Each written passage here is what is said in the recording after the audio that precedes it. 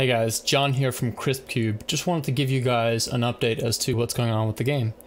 As some of you might have noticed, the Kickstarter campaign for CrispCube unfortunately did not succeed.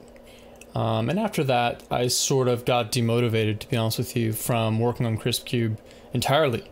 So I took a few months off of working on the game, and what was really interesting is, just not working on something in your spare time, to me felt like vacation, just working a normal job and that's it. I just felt really relaxed.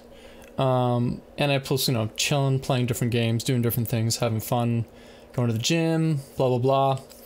But eventually the itch to work on CrispCube came back, and I kind of knew it would. But I didn't think that taking 2 months off or whatever it was would really come back in full force, and boy did it ever. So I'm really excited, to work on CrispCube, but also just reapproach how I've been marketing the game, how I've been interacting with people, and not sort of, develop it in secret, if you will, and then just bring it on to people, sort of like what I did with the Kickstarter campaign. So, and coming back to, development on the game, I, was kind of unhappy with one thing in particular, which was in the game, and I knew that I could do something so much cooler, and I'm hoping that with what I'm going to show you guys, I've achieved that to some level. So I was playing with the idea of the meter, or the segment in CrispCube, which is, as you're, doing good things in the game, you're, melting cubes, you're not making mistakes, you're sort of advancing through the level, you'll eventually build meter. And the meter will eventually become a chunk, or a segment, if you will. And you can use that for special effects, or advantages, if you will. And originally I'd had it so players could place multiple standard triggers. And I thought that was sort of, I tried it, it seemed kind of cool when I did it, but after having a couple of friends play it here and there, it just really didn't work out, and also wasn't really that interesting, wasn't very cool.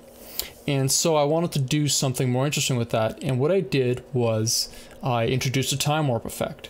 So as you build up meter and you get a segment, you can cache it in or use a segment to trigger a time warp effect. And what that'll do is it'll freeze the cubes from rolling, giving you a moment to sort of get your footing, look at the board, figure out what your next play is. And you can also melt cubes in that mode too and run around with Mr. Crisp. So let's go ahead and take a look at a demo level here that I've got, which basically isn't a real level, but the way I work is sort of, I can jump to different sections of a level. I can, do what I want, if you will. But in this mode here that I'm showing you, I have unlimited meter. Now in the game, you would actually have to build up a meter, but I'm just, showing for effect what the effect is. So go! So here we go.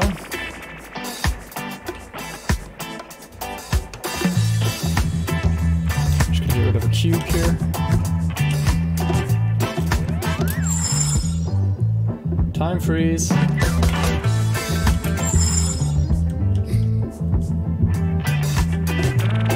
And so in this mode, you can also run through water cubes. You can interact with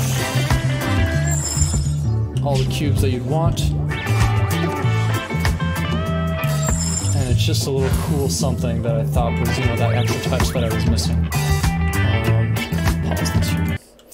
So, thank you so much for the people who did support me on my Kickstarter campaign. I will try to, I think, maybe turn this into a series where I show people, what it's like to make a level for CrispCube and maybe the process behind it. I'm thinking of streaming it or making YouTube videos, or maybe a bit of both. I'm not entirely sure about that format, but anyways, thank you so much for following CrispCube so far. Take it easy, guys.